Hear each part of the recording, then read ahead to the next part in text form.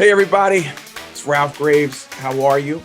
Good morning, good afternoon, good evening, wherever you are, whatever time you're listening to this. Welcome to another episode of the Unstoppable Podcast with Ralph Graves Jr. First of all, I want to thank you for taking time out to listen to this podcast, to watch it, listen to it. You could be watching or listening to anyone else, but you chose to stop by here. And so let's get right to it. Today, I have a young man by the name of Evan Herrman, who is, he runs a podcast called The Whole Person Podcast. I want you to, after you leave the Unstoppable Podcast, I want you to jump on over to The Whole Person Podcast. And Evan's here to talk about that. I find it very helpful. But before we even talk about that, Evan, thanks for being on the program, brother.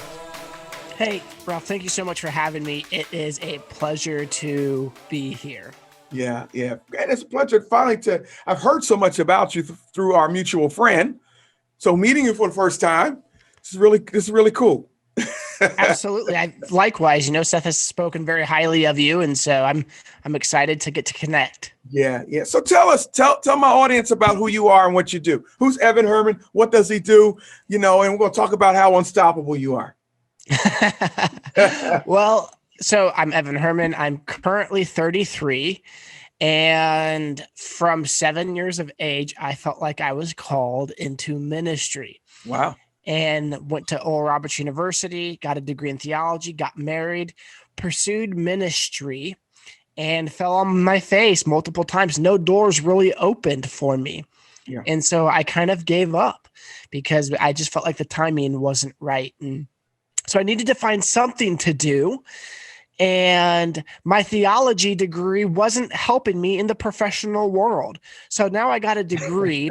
I know the feeling. I got a lot of debt with that degree. Yeah. But it does nothing. Nobody cares about my theology degree. Nobody cares. Right. Yeah. Yeah. And so I end up hopping from job to job to job. Right. For 4 years. Yeah. I had over 21 jobs in 4 years. Well, hey, listen. At least you were hustling. Well, partially, my wife didn't feel that way. Right. So we're newly married after I graduated. So imagine now my spouse, now we've been together 4 years by this point. All she knows of this husband is that he can't keep a job. Wow. Yeah. And keep in mind, the economy wasn't the greatest when I graduated college. Yeah. There were still opportunities, but there wasn't really any long gainful employment opportunities that just opened up to me. Sure. I took interviews at banks and I did really well, but at that point in time, I was competing against people that had previous experience consistently. Yeah. So the only things I could get were like seasonal, temporary, part-time jobs, or I took jobs that seemed like a good opportunity and they were the first thing to present itself, only to go miserably wrong. Wow. But I took it because I was in desperation of a job, of finances. And I get it when you're in that situation, you do what you can, but I did not take time to look at the red flags. Right. So I got fired from some of those places.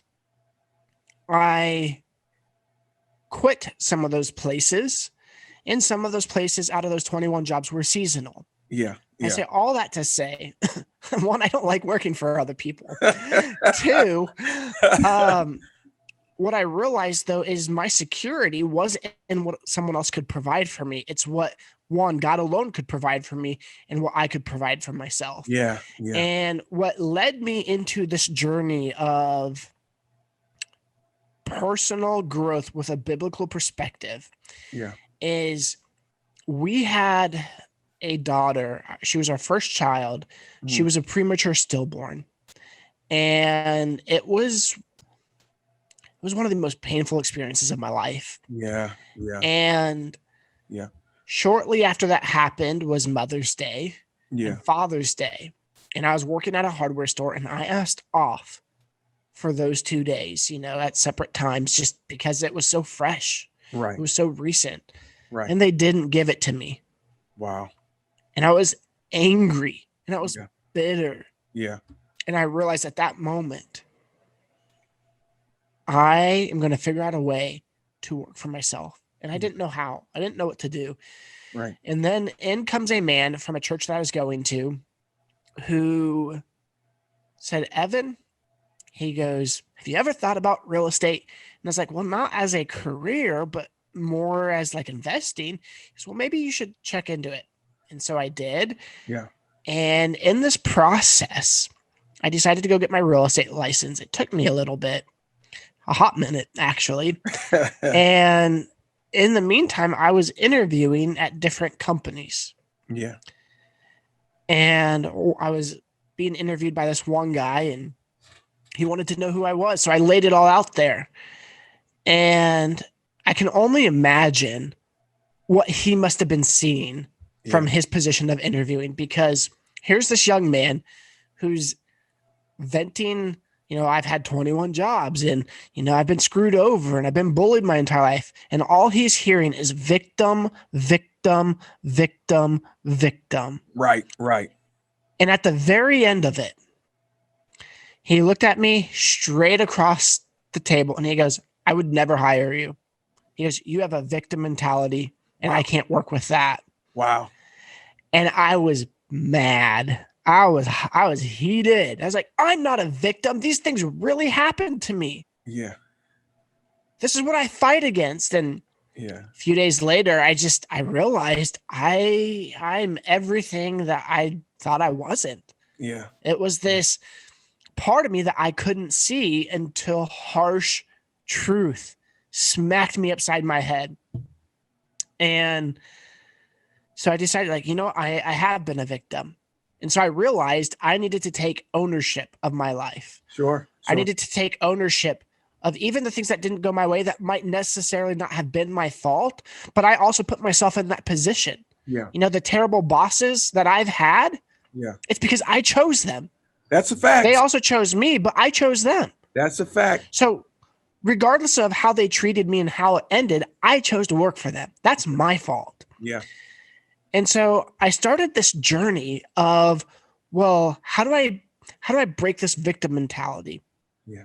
And so I started with a company called Keller Williams. I'm no longer with them. Let me pause right there, because I don't want to skip this important part. Absolutely. Your journey began when you accepted or assumed responsibility for your own life.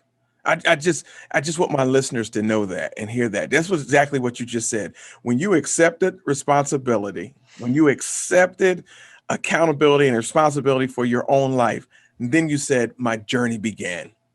Yeah, absolutely. I don't want anybody to miss that. I don't want anybody to miss that. We point fingers at everybody else without assuming and accepting responsibility for ourselves. Yeah. Absolutely. Yeah. And let's get very specific here. Yeah. It doesn't matter who your president is. Oh, no, not at all. Right now, this is the heated thing in our country. Yeah. Because Donald Trump, I did well, or because of Joe Biden, it's going to get better. It don't matter. No, you have personal responsibility. Not at all. And we're believers. I stand on, I look to the hills from whence cometh my help. Exactly. That's what I stand on. Right. So exactly. So you accept the responsibility. Doesn't matter who's in office. Doesn't matter what's going on. You step out to Keller Williams. What happens? So I step out into Keller Williams, and a couple things in this time frame happened. I heard this saying there: your business will grow to the extent that you do, and it resonated in my soul. Yeah, that's Jim Rohn, man. That's Jim Rohn. But go ahead. Perfect. Yeah. So it's Jim Rohn that Keller quoted to us. Right. Yeah. At that time. Yeah. And so I took a very intentional view of spiritual and emotional development with a biblical perspective, because here's the thing. Yeah. There's a lot of spiritual development, a lot of personal growth that I just can't tap into because it contradicts what I feel like the Bible and what Christianity is about. Yeah. So how do I do this from a biblical perspective? Because here's the thing. Before I launch into that, actually, let me go back to this story. Okay. So when I realized my business will grow to the extent that I decided to really go after personal growth. Yeah. And I got extremely blessed. There was a guy by the name of Eric Ritchie, who I don't know if he still is. I lost touch with him, but he was a coach. Okay. And he decided to coach me for, I think, $100 a month. Yeah. And I had like $0. Okay. Right. And so what ended up happening is that was the beginning stages of learning about emotional intelligence. Right. Yeah. And then the life cycle of my thoughts become actions, my actions become habits, my habits become, I'm going to butcher this here. My habits become the results, Right. results become thoughts, and it just repeats this endless cycle. Exactly. And so what I realized is I was on this crazy cycle of thinking. I was on this crazy cycle of being abused by everyone around me. Yeah. And so it wasn't until I toughened up a little emotionally did I start seeing some success. But here's the thing, my definition of what toughness had to change, because in part, that's why I got fired a few times, because some individuals would get onto me and I was like, you know what? I'm not going to be bullied. I'm not going to be pushed around. And I would buck up. Yeah. And I would get fired. Right. That is not strength. Right. That is not emotional strength. Emotional strength is having the wisdom, knowledge, and discernment for the situations you're in and how to act appropriately and not to let your emotions get the best of you. Exactly. See, I was immature and I was hurt and I was broken and I didn't want to get bullied anymore. And I was also at that moment a victim. Yeah. But when I could step into the realm of, all right, now I'm not going to let my victimhood hold me back. I'm going to break out of that paradigm. I'm choosing the pattern I want, and I'm going to choose to respond to situations how I want versus trying to buck the system. Right. And so in this process of change and growth, I started seeing a little bit more freedom in my mind, a little bit more belief, a little bit more optimism. And it has carried me to where I am today. But keep in mind, I am no expert. Okay. I am a dude on a journey of personal growth who shares my life, both the failures and the successes openly, so we can learn together. Yeah. Because I just want to be fast forwarding here to 2020 was the best year of my entire life. Yeah. Think about that. Yeah. In the midst of a pandemic and everyone going through so much trouble, so much chaos, it was the best year of my life. Yeah. But here's what's crazy. Before the best year of my life was one of the worst years of my life in 2019. Yeah. And that teed up a lot of growth and a lot of change for 2020. Yeah. Yeah. Evan, man, that's a phenomenal story, man. You said so much in that we can dissect. But I want to get into this because I'm a believer. You're a believer. I've been pastoring a church for 15 years, and I try to tell people there is a fine line. There's a fine line between personal growth and living a Christ-centered life, and because a lot of the personal growth experts, sometimes if you're not careful, they'll start trying to teach you to live a self-centered life. But we are trying to live a Christ-centered life. So let me ask you about this. Let me ask you about what are your thoughts on it being a really good fit? Is there ever a really good fit with personal development and Christianity? Does it conflict? And I'm talking, do you think they conflict? Not when it's done biblically. Exactly. Yeah, right. Yeah.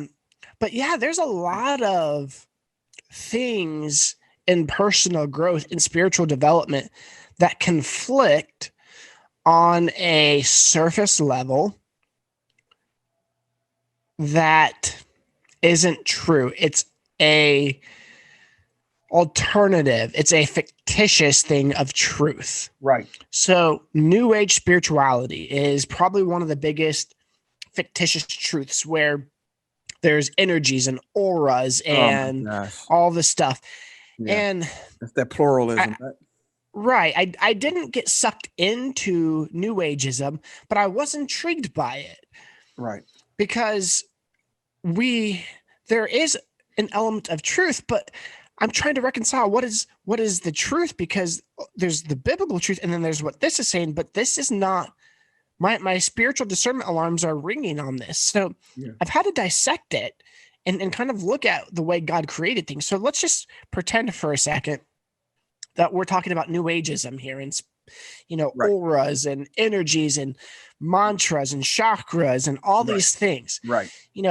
In this identity, in this belief, there are 3 or 4 energy hubs in the body that we can tap into, and that we can release our internal energy into the world to connect with other like energy.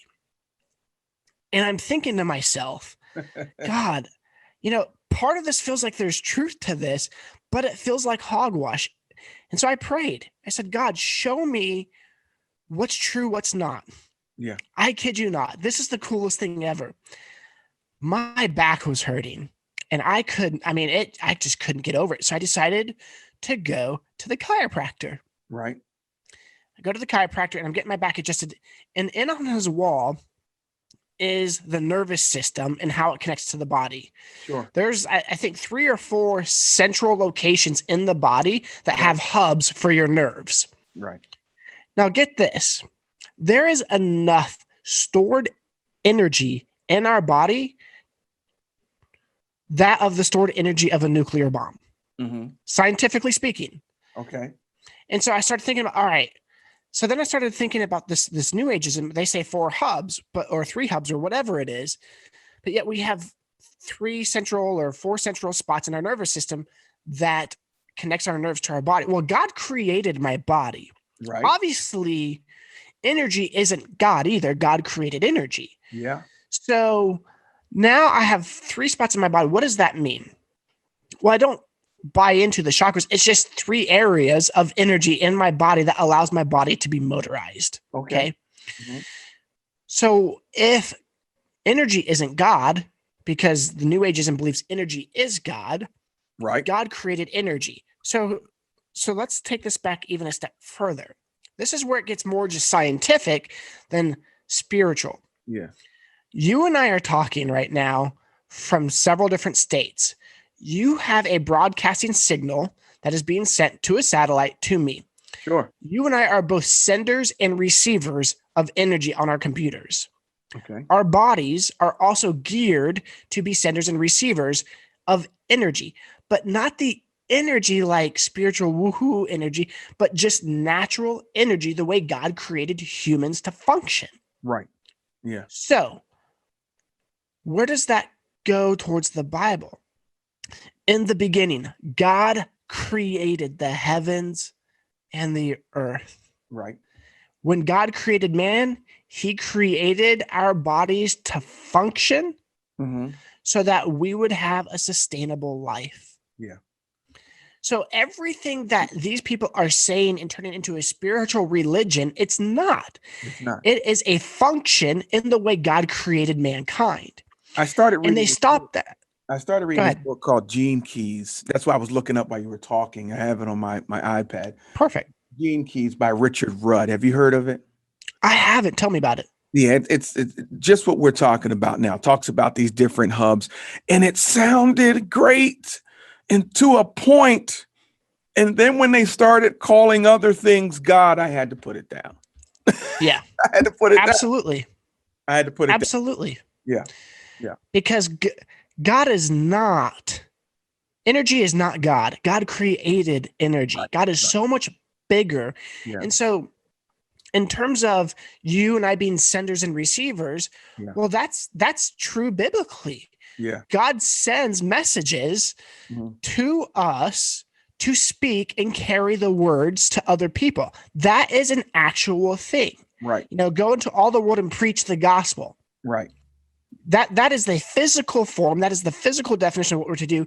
But the spiritual aspect is there's energy that goes through that. And the energy is the power of the Holy Spirit. That's right. That's right. Yeah. And so it's understanding what the world is trying to twist and take what God actually created, and there's scientific backing for God's creation. And they're trying to twist it into something that's not him. Yeah. Now, in the end of it, like, we don't need to know the 4 central nervous hubs and all this to grow spiritually, Right. or to have a relationship with him. That is very irrelevant to the grand story of God and what God is wanting to do. But in terms of the question that you asked, where's this war and this conflict between spiritual personal growth and what's kind of the world's idea of it? Like, these the aspect of energy really exists, but what the world is saying exists isn't true. It's how God created it. And so don't go make a false religion out of it. Yeah. Yeah. I still think too, there's a desire for us to be our own mini gods. Yes. And we want, I say it like this, we want God to get along with our will for our lives. We want God to come alongside us and help us do what we want to do, rather than submitting ourselves and our will to him. And so in essence, we become these mini gods that really try to run the show and ask God to get involved and get involved in all sorts of things that are even outside of his character, that he will never get involved in. And so I think when a person is looking to grow personally, especially a believer, you have to make sure that how you're growing and what you're growing is lining up with the word and the will of God. God is not against our personal growth. He's not against it at all. Not against it at all. What you're saying right now. So like I said, 2020 was the best year of my life. Yeah. So many good things happened. I saw accelerated growth in a way that I've never experienced in my life. Yeah. And we can get into that story too. But it started with a lesson that I had learned. We all have this version of ourselves that we've created in our minds that we want to be. Yeah. This, dare I say, perfect version. Yeah. The wealth, the stability, the family, the Instagram photos. The American dream version. Yeah, the American dream version. The best, reaching 1 million people on YouTube, famous, whatever you want to call it. The best version of ourselves. Yeah. And I was interviewing a man by the name of Craig Westoff, who, on my show, he was a DJ for K-Love, one of the top DJs at his time, and left. Yeah.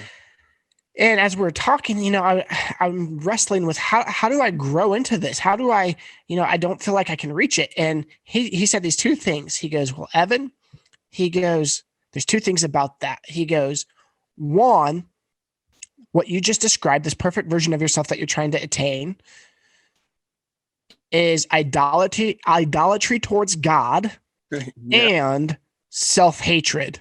Yeah. And it's just like mind blown. Yeah. Okay, it's like, what do you mean by that? He goes, here it is. I like that. I like that a lot. Yeah. Yeah.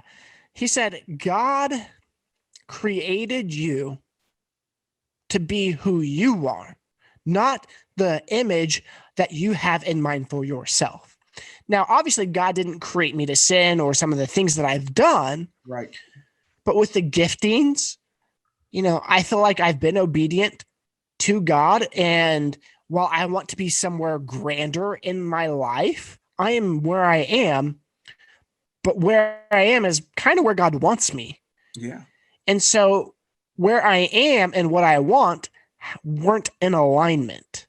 Right. I wasn't content with who God made me to be and where I currently am. Yeah. And then because of that, it created self-hatred. Yeah. And I didn't realize this because I could not accept myself for who I am, where I'm at. Yeah. Not accepting my sin by any means, but I couldn't just love myself. Yeah. And it was at the moment of learning how to love myself, and that this idea of who I wanted to be was idolatry towards God, that's when it shifted. Yeah. That's when I started seeing the growth. That's when I started seeing the change. Because as soon as that happened, so many things started changing in my life. Yeah. Yeah. Evan, you said a mouthful right there, man. I mean, from self-hatred, I don't think most of us realize when we're hating on self. That's where all sorts of addictions and indulgences come from, self-hatred. And Yeah. man, that is major, man. So let me just go really deep into this, if you're okay with it. Yeah, come on, man. Go deep. Okay. So I'm going to share 2019 and 2020. Yeah. In 2019, my wife and I had 7 financial hardships that hit. Big financial hardships. Right. And at that time, we only made about $2,000 above poverty line. Right. The thing about making $2,000 above poverty line is you make just enough not to get help, but not enough to live. Oh yeah. Yeah. My in-laws were buying our groceries for years because we just didn't have the money. Right. And so in 2019, let me just kind of throw a widespread overview of it. Mm-hmm. I hurt my knee on April 8th of 2019. I dislocate my knee and tear the ligament that holds my kneecap to my femur. Wow. And that put me out of work for about 5, including that month, 4 or 5 months, because my mobility wasn't there. I couldn't go on appointments. I could drive, but I couldn't stand long. I couldn't sit. I couldn't bend my knee, so there were so many issues. So imagine not being able to work for 5 or 6 months. Wow. Yeah. During that time, even before I got my knee surgery, we thought my son had an appendicitis. Okay. And, it didn't seem like it at first. It just seemed like stomach pains. And then the second day, he was still hurting. And I was touching where his appendix was, and he wasn't squealing. He wasn't like in pain when I touched it. So that didn't make sense. But by the third day, I was just like, you know what? He's still hurting. Yeah. I feel like a bad father by this point. If it is appendicitis, this is dangerous. So I'm just going to take him to the ER. Well, my wife was working, and he couldn't, for whatever reason, when we got there, he just couldn't even walk. So here I am on a gimp leg, hobbling into the ER, holding my son in my arms. Yeah. And when they see me walk in, they're like, what the heck? Something's not right. Yeah. Sure. And they're like, are you okay? I was like, yeah, hey, we're here for him. Yeah. And turns out it was severe gas lock. Okay. So great thing is he's healthy. He's okay. We just had to give him some major gas X. Right. But that was a big medical expense. Okay? Yeah. Just to walk through the door. It became a medical expense when they said, what the heck is going on? Exactly. It was thousands. I will say that. Yeah. And so then I have my knee surgery, thousands. Okay. My wife, we were pregnant last year in 2019, and she had a miscarriage, and she had to go to the ER twice. So we have 4 ER bills. And wow. if any of you know, it's thousands per visit. Thousands per visit. Yes, and so there's a lot there. Right. Fast forward a little bit, my wife gets in a car. She's fine, but my car needed to be repaired, and it took a month to repair it. Luckily, I had rental insurance, so we had one vehicle to replace that. But then the next day, our only other vehicle broke down and was gone for good. Wow. Okay. And so we had one vehicle and we needed 2.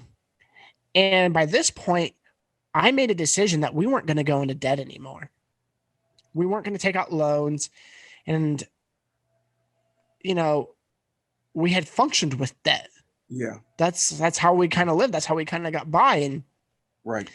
It also keep in mind when I say, hey, sweetheart, we're not going to do this anymore. Mm-hmm. And she's very pessimistic financially at this point, just because of all the hardships we've been through. And then keep in mind, you have a husband who had over 21 jobs in 4 years. This doesn't bode well when I say, hey, I'm going to do this financially and we're going to do it my way. Yeah. But by that point, I had been in real estate, I think 6 years. So I've had success in real estate. So I've proven that I can be stable there. And now I'm in my 8th year. Okay, good. And so what we do, so she got in a wreck. We lost the other vehicle, and then I only had $800 to our name. And I saw a African orphan from Uganda with pastors, native pastors from Uganda, who I know and trust that they were taken care of, have a severe foot infection. Okay. And I heard God say, give that orphan $800 for surgery. Okay. And I inquired, because normally you're just not going to send money to someone overseas, but I Right. know I can trust them. I've been with them multiple times. Right. And so I inquired, like, yeah, we're trying to get surgery so we can save her life. It's severely infected. Yeah. We've raised half the money. The only remaining is $800. And I was like, all right, I'm sending it. Yeah. We sent it. Okay. And then she had surgery and she died on the operating table. Oh my God. Oh my God. To me, it's not about the money, Right. but I knew I heard God. Yeah. And so now, God, we've gone through this. Then I gave the money and then she died. Why did you let her die? Why did you tell me to give her money, sending her to her grave? Yeah. Yeah. And I just heard him say this, that she was going to die regardless. Right. But because she was under anesthesia, this was a lot less painful. Wow. Okay. And I just realized, like, okay, I don't know why you didn't choose to do a miracle or anything. But isn't our our responsibility is obedience. God's responsibility is to handle everything else. Right. Yeah. Yeah. Absolutely. So, and then here's the next stage. And what I'm about to say, Mhm. I don't advocate for anyone to do this. Okay. Unless if you're hearing God very specifically. And if you feel that this is of God, which I'm probably saying it for the majority of most people, it won't be. You need to seek counsel Mhm. with your pastor Mhm. and maybe other mentors. Right. I heard God tell me to stop, to put a pause on giving. Mhm. And I was like, what? I Right. give 10% regardless, Yeah. like always. Yeah. And he said, no, I want you to just pause giving. Okay. It made no sense to me. Right. And I couldn't back it up biblically. I but I Right. went to my pastor and he goes, I don't know why, but I think God is actually telling you this. He prayed about it. I Right. talked to other people, and it didn't make sense until a little bit later when I was given a word about pausing giving. Yeah. And basically in that word was that God is bigger than his own presets and he's trying to reach your heart. Yeah. And what I had realized in that moment, because I had been giving, I became religious about it. Right. And because I gave, God should operate and bless me because I'm faithful in tithing. Yeah. Yeah. My heart was not in a good spot Right. when I was giving. Yeah. I was bitter and angry. And there's even a scripture that says God loves a cheerful giver. I wasn't a cheerful giver. I was bitter because of all the hardship. Sure. And so part of this pause, what I felt like God say is not only to just pause, but to also take that and apply it towards getting out of debt. Right. So we paid off the car that got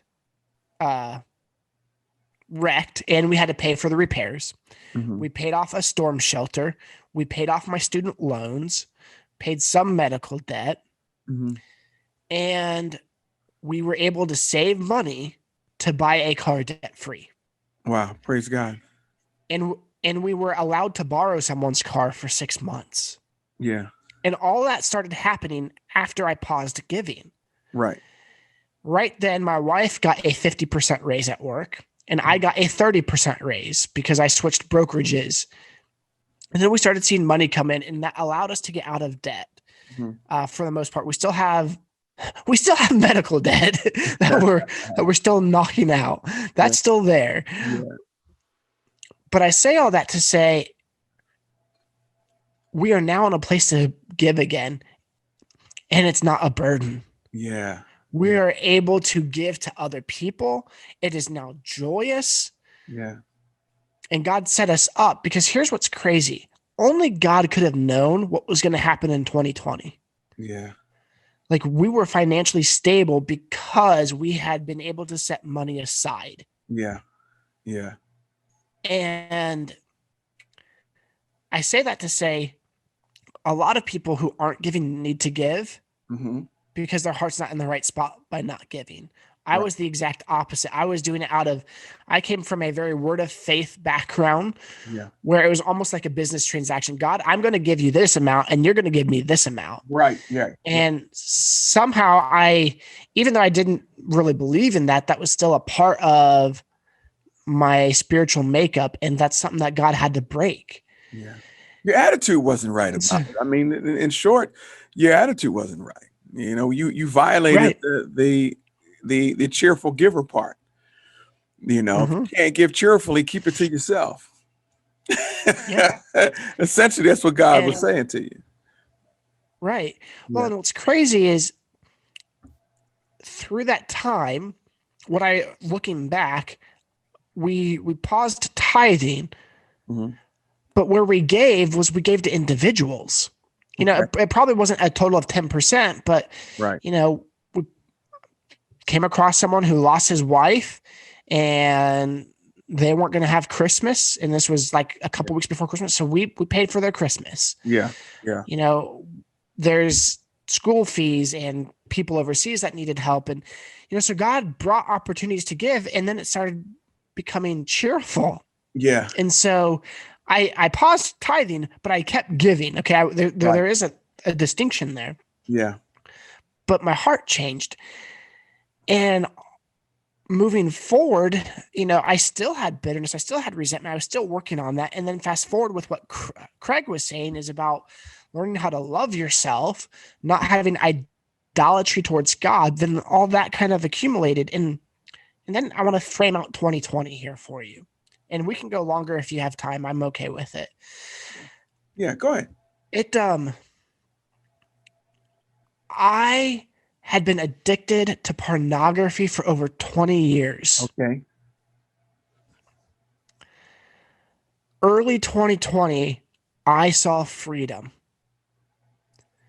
God brought so much healing into that area of my life, and I haven't touched it since. Wow. I lost 40 pounds. I used to weigh 40 more pounds than what I do now. Yeah. Early 2020, I was diagnosed with depression and anxiety. The doctor wanted to give me medicine to help calm that down. And I just felt like that was not of God. Yeah. And so I sought counseling. And while the counselor wasn't that great, because he did a lot of talking and not a lot of listening, I took the nuggets that I learned. And what I realized, for those of you that don't know, since 2008, I've lost one close person in my life every single year. Wow. Which is a lot. And it's very painful. Yeah. It's very humbling. Yeah. And I also became afraid of death. And what I realized is I started mourning my life being lost early. I mourned this idea that my kids wouldn't have a father because I was in fear of death. Yeah. But what was funny is it became kind of like a self-fulfilling prophecy because I wasn't able to function. I wasn't able to be out and do enjoyous things because I would just start getting crippled with anxiety. And once I realized that I was living in a future that didn't exist. Meanwhile, that idea was crippling the very life that I was living. Yeah. And once that happened, it was an instant switch of healing for me. Sure. And I've been dealing with it for years. Sure. Financially, God has blessed us more than ever before. Wow. My business has grown more than ever before. And there's things on the horizon, both spiritually, ministry, business, that is coming to fruition that wasn't an option before, because Yeah. I was bound by debt. I was bound by bitterness. I was bound by sin. Yeah. But because I learned how to love myself, not in this new age, love yourself, speak your truth. No. Right. I learned to love myself the way, I don't want to say the way God loved me, because that would be awesome, but I learned to love where God has me in my life.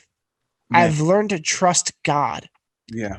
Yeah. And that brought so much healing into my life. And that's the place we have to get to, man. Just really learning to trust God, that he knows what he's doing, and trusting God right where we are, man. Man, that's a great story, man. Hey, listen, where can we get more of this? Now, talk about your podcast. Where can my listeners talk about the Whole Person podcast? Talk about that. Absolutely. So the Whole Person podcast was birthed out of this idea of, I stink at life and I need help. Yeah. And I knew no one would listen to me because I didn't have anything to offer. Right. I didn't know enough. I wasn't a guru, Yeah. but I had my failures. That's all I had. Yeah. And I had my hard knocks. And so I offer that up. And I reach out to people who are successful, who do have it more together than I do. Yeah. In the areas of faith, family, finances, friendship, fitness, and fun. Right. And so when I talk to these people, it's kind of like they're a mentor and I'm a mentee, and I live my life open and I talk about areas of struggle. Yeah. And they give their advice and their guidance. And then I ask about their successes and how they've done it. And between their stories and my stories, there's enough information for people to relate to. Yeah. To feel like, okay, this is kind of where I'm at and on similar journey. And this is how Evan did it, or this is how the guest did it and how I can do it. Yeah. Yeah. I'm not perfect, but I just want to live openly so that people can either A, avoid my mistakes by seeing my failures, or B, see my successes. And also, if that applies to them, be able to walk in those same pattern. Man, and that's the power of story, and that's the power of having a podcast like this or like yours, man, to just really bless people as they go through the journey. Evan, I don't want to hold up too much more of your time, man. Thank you for being on this program. Thank you for blessing the listeners like you have. Thank you for being unstoppable, man. I really appreciate you, and I appreciate the lessons you showed us today, and the stories you told us today, man. And I'm just praying for you and the family, man. I appreciate it. Yeah, we have 3 boys now, and life is really good. Wow. Because God is good. Wow. Yes, he is. And listen, what a great sentence to end on. God is good. Guys, you've been listening to the Unstoppable Podcast with Ralph Graves Jr. My guest today was Evan Herrman. Please go over and check out his podcast, The Whole Person. Whole Person Podcast. Whole Person Podcast. There you go. The Whole Person Podcast. And be blessed. You'll hear more Evan, and he has some phenomenal guests over there. Guys, once again, thanks for checking out the podcast. If you haven't already, go pick up my book, Unstoppable. Barnes & Noble, RalphGravesJr.com, Amazon.com. If you're interested in being part of the Gulfstream Way, our coaching program, drop me an email at ralph@ralphgravesjr.com, and we'll tell you how to be part of that. Until next time, everybody, let's be unstoppable together. God bless.